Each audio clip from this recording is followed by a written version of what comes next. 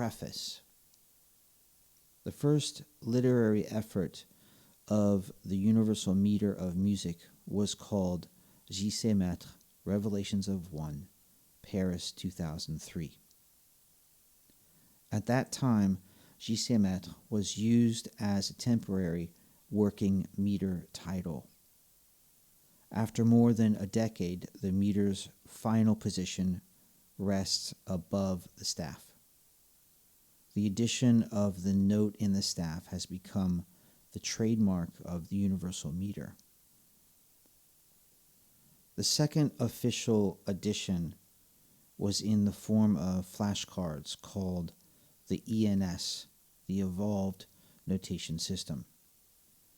They were intended to provide an alphabet of the essential rhythmic combinations needed to master the daunting rhythmic capabilities of the meter.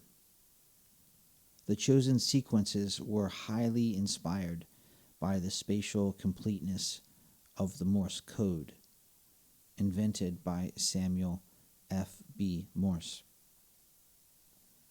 Chapter 1. In the Beginning. I can recall vivid moments in my college years reflecting upon the great and mighty quarter note, wondering why it was what it was, who put it there, and was it all there was and all there would ever be. The quarter note is the principal unit of architecture for music composition and performance. It is the defining chosen symbol, the king and queen of pulse in music.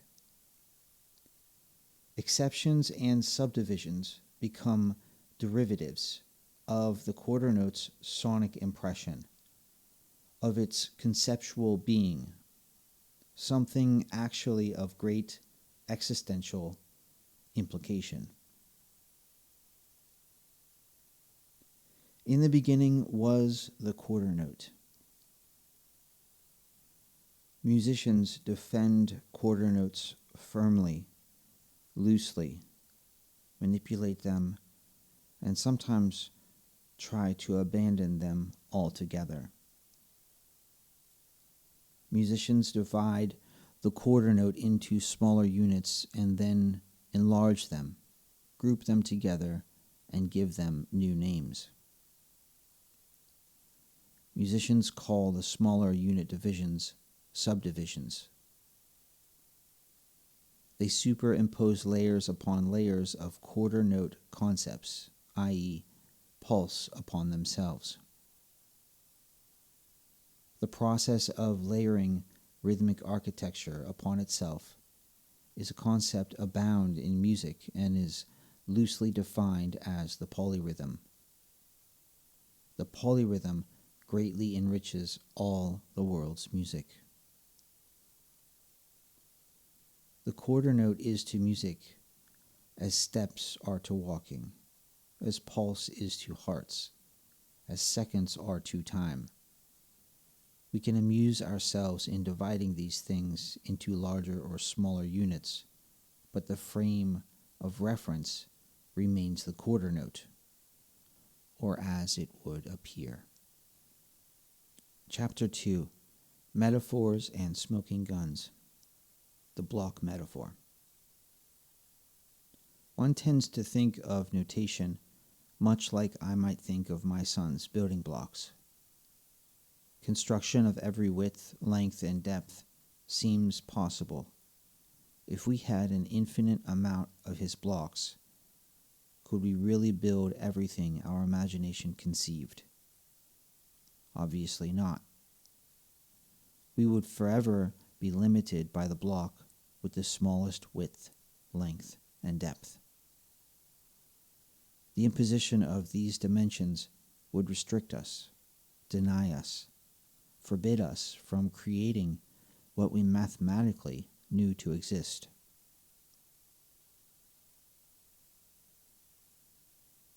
The tape measure metaphor. Imagine that the smallest scale of length was that of an entire tape measure. Without smaller lengths, nothing smaller could then be produced. There are certain restrictions in music composition and performance that have been overlooked, much like the fixed length of a tape measure. Curiously, unlike tape measures and the metric system, in music, these restrictions have no remedies. They stay restricted. They become the smoking guns to a system of thought that hasn't fully encompassed all time measurements of rhythmic sound. Number 1. Some composers of classical music have been known to experiment without bar lines, thus theoretically rendering their music meterless.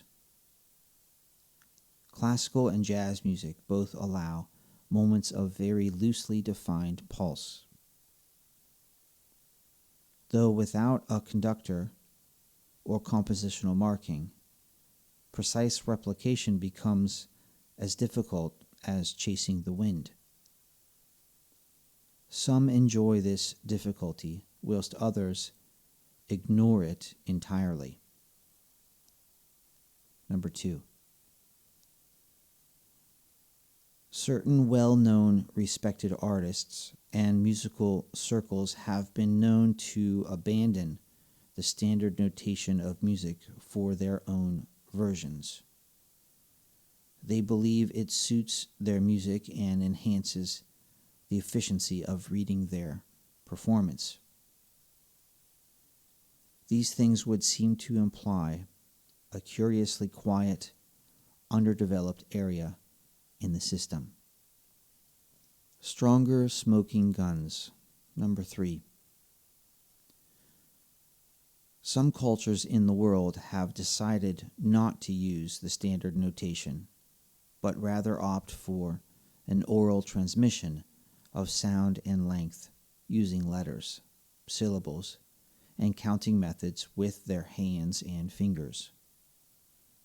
Not to be underestimated, highly complex composition and performance, more so than anything the standard meter can correctly produce, has been born from this way of thinking and organizing sound and measuring space.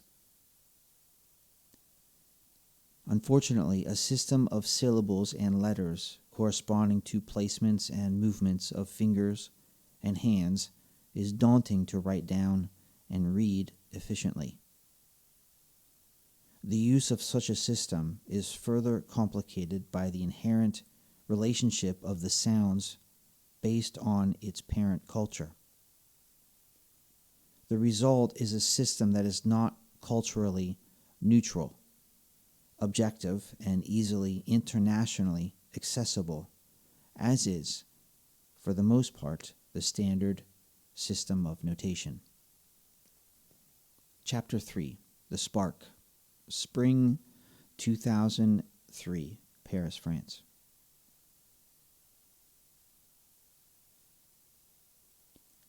I was intimately devoted to a composition of mine with deep military-grade snare drums, bass drums, cymbals, and tom-toms. This is not unusual for me. Over the course of my life, I have composed hundreds as pieces to learn from and digest, much like one does with a journal. As the piece progressed, so did the rhythm. I remember sitting back from my composition, pencil still in hand, and thinking, I must be missing something. The resolution escaped me. After more than a decade of professional experience, composing cadences and field shows, for drum lines, the rhythms usually fall like dominoes. That day, I hit a very strange wall. I felt very embarrassed. My initial response was that I'd forgotten how to transcribe the rhythm playing over and over in my mind's ear. I stared at the music paper, hoping to see the rhythm in the lines. The answer wouldn't show itself. I started searching for an example of what I was hearing. I remember searching through scores of classical composers like Stravinsky, Bartók, and Shostakovich. I went on the internet and searched through drummers' rudiments of all kinds, traditional and hybrid alike, as well as online university textbooks and encyclopedias. I went to the local libraries the following days hoping to find books on the history and origins of rhythm and advanced examples of rhythmic notation. I found Indian literature of an oral tradition that seemed to hold the proof of what I was hearing. I learned that Indian rhythm was often understood and transcribed with strange syllable and sound, transmitted orally without standard notation.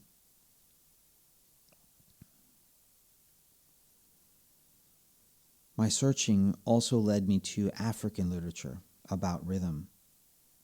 I learned and personally confirmed this years later that many African tribes perceive the rhythms they play as too sacred to write down. Some state that such an act is against cultural law. Like the Indians, it too is transmitted orally. Occasionally, I would stumble upon authentic African sketches of rhythm. Though without staff lines nor looking like music at all, but rather dots loosely grouped together in a line of more of the same dots, and several times the letter X, dispersed like rocks and twigs on the side of a road. Into the eastern part of my world, i.e. China, Japan, and the likes, what caught my eye was something that wasn't music at all. It was the I Ching, an ancient notational system expressing the happenings of life through space, dots and dashes. This too fascinated me.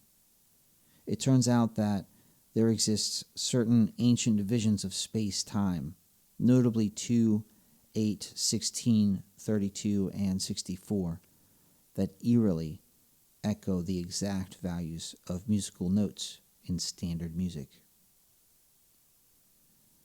This number stream was originally conceived to express the notion of 1 to infinity, in parentheses, John Blofeld. The information used to construct the I Ching, and not the I Ching itself, is easily agreed upon to be older than 2000 BCE. Some circles suggest 3000 BCE.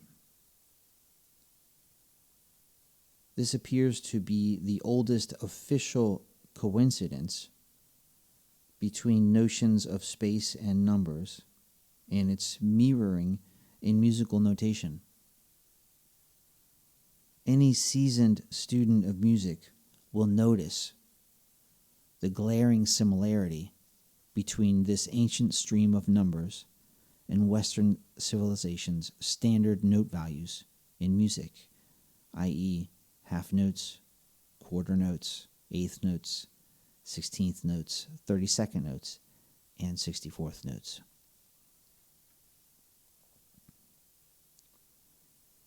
Regardless of this awesome historical coincidence, this still left my initial search undiscovered, that is, a search for what I thought I forgot how to compose properly. There is a wonderful book that I hold as a treasure chest of knowledge for the history of harmonic and melodic discussion, philosophy, and notation.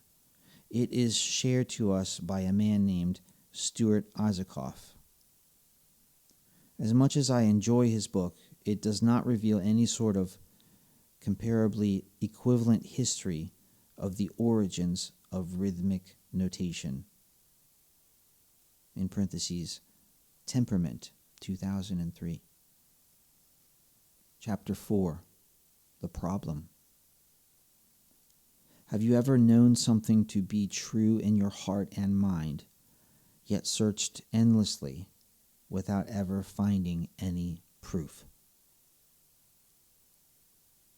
I eventually realized that I hadn't forgotten how to compose the music I was hearing, but that the system itself wouldn't let me. This was both inspiring and infuriating. Further study revealed that the problem really wasn't with the notes themselves, but rather with the meter. I decided to compose the rhythm I was hearing without a meter, then reduced it to its fundamental architecture, and reverse engineered a new meter. The result was much greater than expected. The new meter could be used successfully and flawlessly to express not just rhythm in music, but any kind of sequential sound in existence. The following months gave birth to an intensive study of all the possible note and meter combinations. Indirectly, this led to the development of analyzing rhythm like functioning harmony and melody and chord changes. From this analysis, I began to see the pulse as never before. And like a lightning bolt, I instantly recalled my vivid memories during college, thinking about the mystery and boundaries of the quarter note. Chapter 5, The Smoking Cannon. Contemplating my analysis, I realized the pulse was imprisoned, so to say, in a concept of permanent redundancy. Up until this point, I had simply engineered a meter for one isolated example. Although it possessed the key to a new meter system, I had no idea of its universal use. I needed the pulse of one division, then another, and yet another, and then return its original division all within one measure, and all without ever destroying the lineage of time within the notes themselves. This lineage I had to have if ever I wanted to play it with other people. I didn't want to hide behind typical orchestral markings of slowing down time or speeding it up. That seemed all too often the typical solution. I needed it to be precise, repeatable, metronomic. I felt I needed to find the deeper pulse, the invisible, the universal fabric that held itself together. That's how it was playing in my mind's ear. I began to notice other things that seemed to go against this new understanding of the meter and space. Up until this point, I had never questioned the inferiority of metronomes. Why? Metronomes repeat redundant pulse. They have no other choice. They are all built this way. Why? If I were in charge of creating a machine that divided time up for musicians, I would absolutely include the possibility of non-redundant pulse behavior. However, none of them can do it for one simple reason. The standard meter won't allow it. It too exclusively creates redundant pulse. It is as if the engineers based time comprehension on Western civilization's music notation system instead of on their own scientific understandings of measurement. I try to imagine who made and enforced such a decision. Who told the engineers to ignore their own perspective of objective sound measurement? As a result of these strange goings-on, metronomes cannot supply us with all existing measurements of pulse behavior, nor can any software application. I was again both incredibly inspired and incredibly infuriated. I went on writing and studying and recording my hybrid meters as play-alongs. I learned that the potential of writing combinations of redundant and non-redundant pulse within 1 meter approached infinity. Existential gifts. As a consequence of exploring some of these new meters, an existential gift, a gesture of cosmic appreciation occurred. New notes began to surface, easily written and understandable, yet mathematically impossible in the standard system of notation. New notes? Yes. In other words, I can play and write something that surpasses the fundamentals of all meters, all metronomes, and all notational software. The standard meter won't allow it, but the notes themselves will, and without fundamental reconstruction. This simultaneously confirms notation's infinite potential and the proof of the value of my solution and the lack thereof in the standard meter. Chapter 6. Defining the standard meter.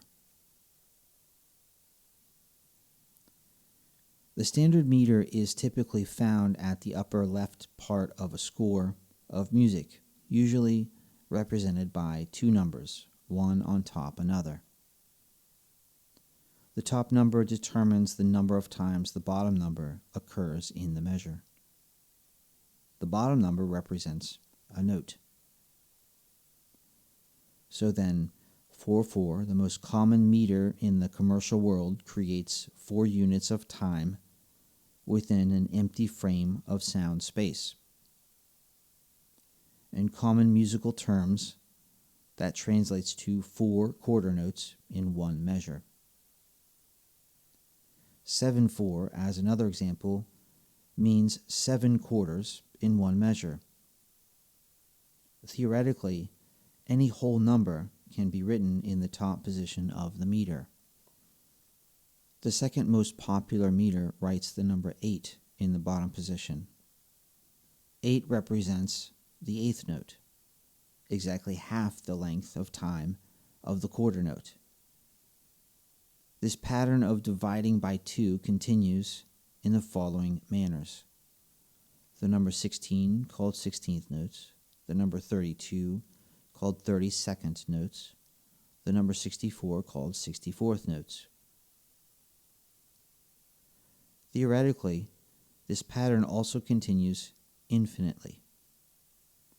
Regardless, they all refer back to the quarter note, having been divided by 2 over and over again. Though a very common mistake amongst beginners, none of them imply speed in any degree. They simply define space in relation to the quarter note. The standard meter doesn't find reason to use notes larger than the quarter note in the bottom position of the meter. The exception is an illusion. That's very strange. Who decided that? In other words, the standard meter doesn't allow a unit of time to be larger than a quarter note. There are no standard meter variations that contradict this idea. The illusion. Occasionally, one might see the number 1 in the bottom position of the meter, representing 4 quarter notes tied together, i.e., one whole note, or the number 2, representing 2 quarter notes. But these are, in my opinion, progressively being tossed aside as redundancies of 4/4 and 2/4 time. Beyond conducting preferences, neither of them change the fixed size of the quarter note, nor is anything larger than these groupings common occurrence. Instead, the standard meter allows the division of the quarter note into smaller groups of potentially infinite sizes. Thus, a quarter note can be divided by 3 or 3,000 or 3 million, but the size of the quarter note remains the same. Like a living room, if we wish, we can divide the space into parts, but the actual size of the living room never changes. There are no other options to divide standard time other than defined herein. Do these rules allow for all possible architectures of time? Are there any reoccurring patterns built into the rules that might suggest civilization's subjectivity? The number 4 and the concept of dividing by 2 should stand out more so than the same activity with 3, 5, 6, 7, 9, 10, 11, 12, 13, etc. Why is the number 4 the focus when creating all the meters? Without doubt, the number 4 can be observed everywhere in nature. Chapter 7. The notes themselves. The meter is the foundation of music notation. If it is in any way subjective, then the music it creates will always shine of that subjectivity. Why is the number 4 and the division of it by 2 the decided upon process of understanding pulse and sound time in music? I have been contemplating this for almost 2 decades.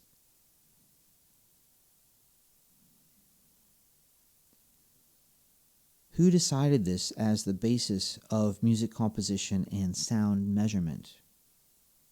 Why has it remained in place for hundreds, potentially more than 1,000 years?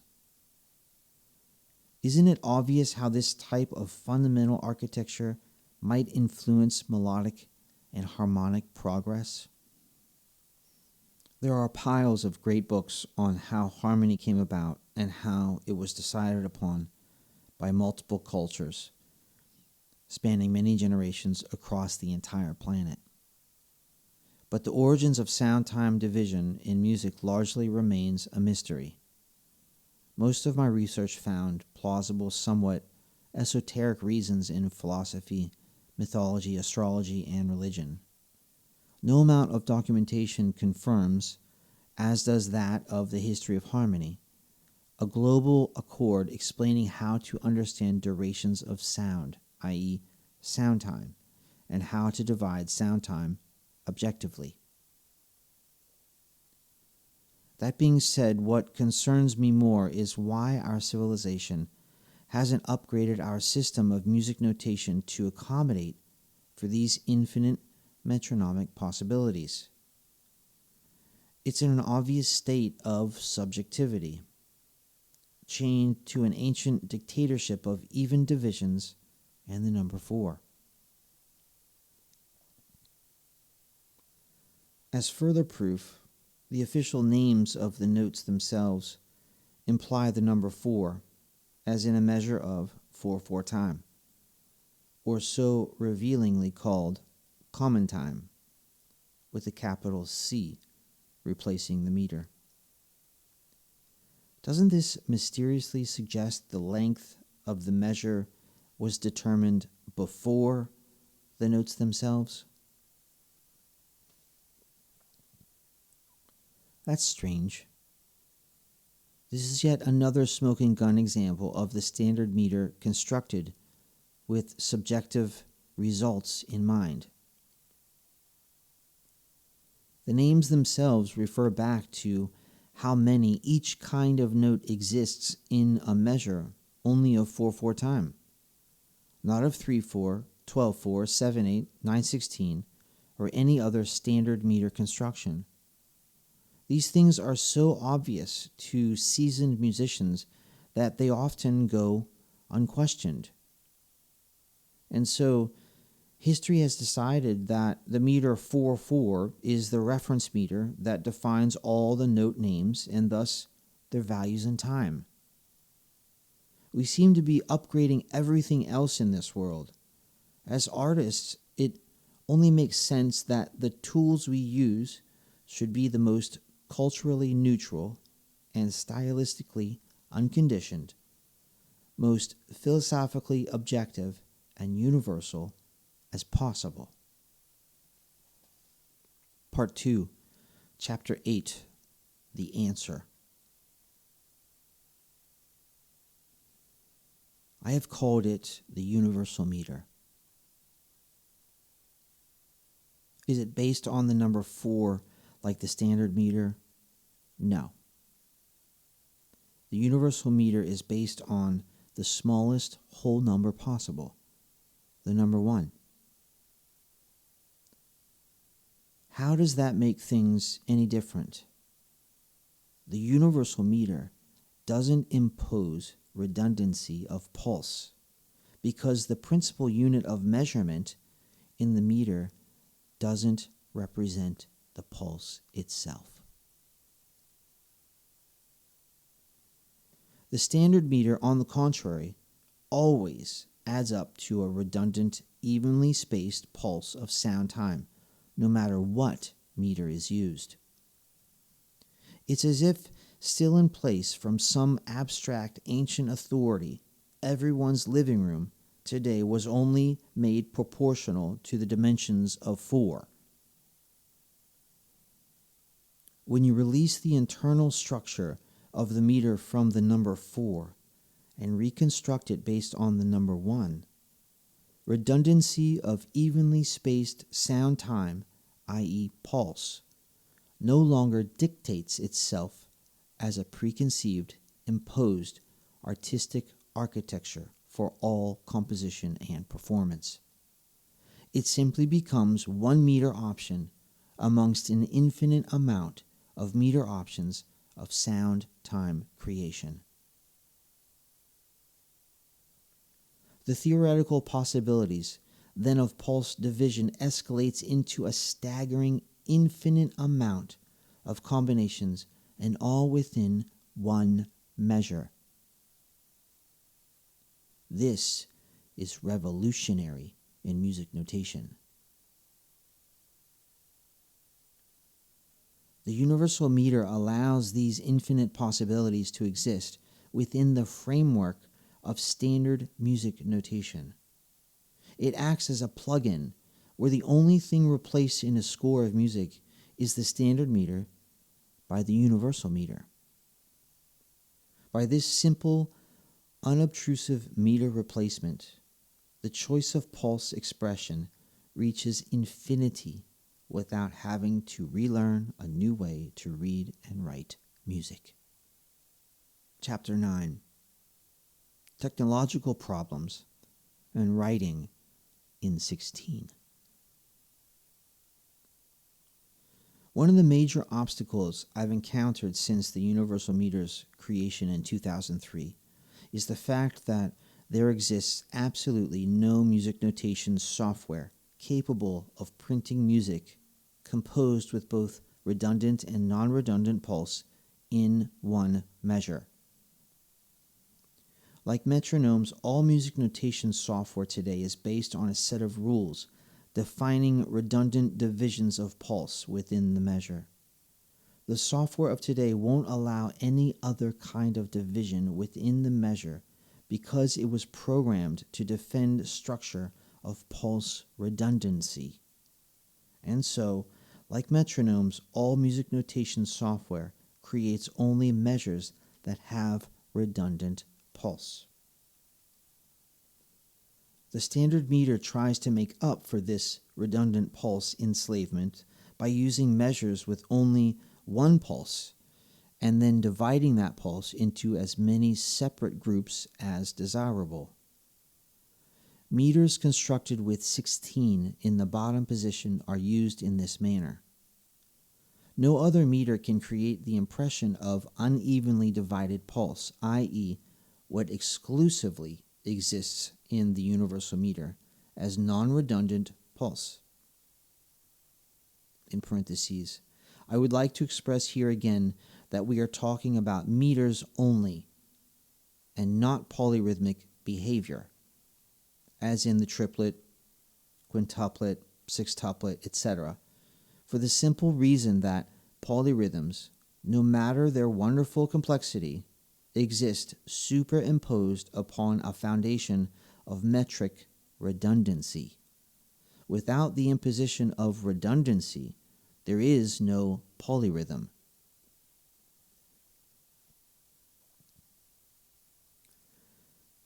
To most observers, meters constructed with 16 in the bottom position would seem to be the standard meter loophole to the problem of redundant pulse. This kind of standard meter construction isn't a loophole at all. It is yet another illusion with flagrant problems. When we closely observe and understand inherent pulse behavior in a measure dictated to by a meter to the likes of 116, 216, 316, 416, 516, 616, 716, etc., we discover that each measure, no matter how long it be, only and always inherently possesses one pulse according to the meter. For this reason, meters, as musicians say in 16, are more often than not very small and used for effect rather than repetition. However, some composers enjoy writing long cycles of repetitive, syncopated impressions of pulse within measures in 16, ignoring the fact that the meter itself does not define nor imply more than one pulse in the measure, as do all the other meters. They simply use them regardless as the nearest, most compatible meter to write what they desire. As a result, however, they are then forced to either explain their preferred pulse behavior in the measure or completely disconnect the stream of 16th notes to then regroup them into isolated phrases within the measure. This is not uncommon in highly advanced rhythmic composition. As if this wasn't already another smoking gun, the fact that one can construct two inherently different, disconnected, isolated 16th note phrases, thus creating two entirely different divisions of irregular pulse behavior whilst using the same meter in 16, is yet another smoking gun to a meter that cannot fulfill all the requirements of our understanding of sound division and pulse creativity. One of the fundamental qualities of correct meter language is its consistent universal interpretation and reliable, dependable application of pulse construction. This especially allows people that cannot speak the same language nor come from the same social environment come together regardless, interacting and uniting with the common universal language of music. This is one of the great advantages and beauties of learning music. The universal meter can create regular, evenly spaced divisions of redundant pulse, i.e., the entire spectrum of the standard meter, as well as irregularly divided pulse, i.e., non-redundant pulse within the glory of the same measure. This is revolutionary. I'm going to stop there. There are two more chapters that go beyond music. and talk about nature itself. And what follows then is the second half of this very small book, the manual of the universal meter. Over the course of 2 decades worth of work, I've managed to break down all the rules and everything that you encounter writing and dealing with these infinite possibilities with space-time. And so the manual serves as a step-by-step process in exploring how to use the meter in a way that caters to your melodies and your rhythms. If you're interested in purchasing this book, it's called Forbidden Notation. You can find the link in my description on Drum Squared.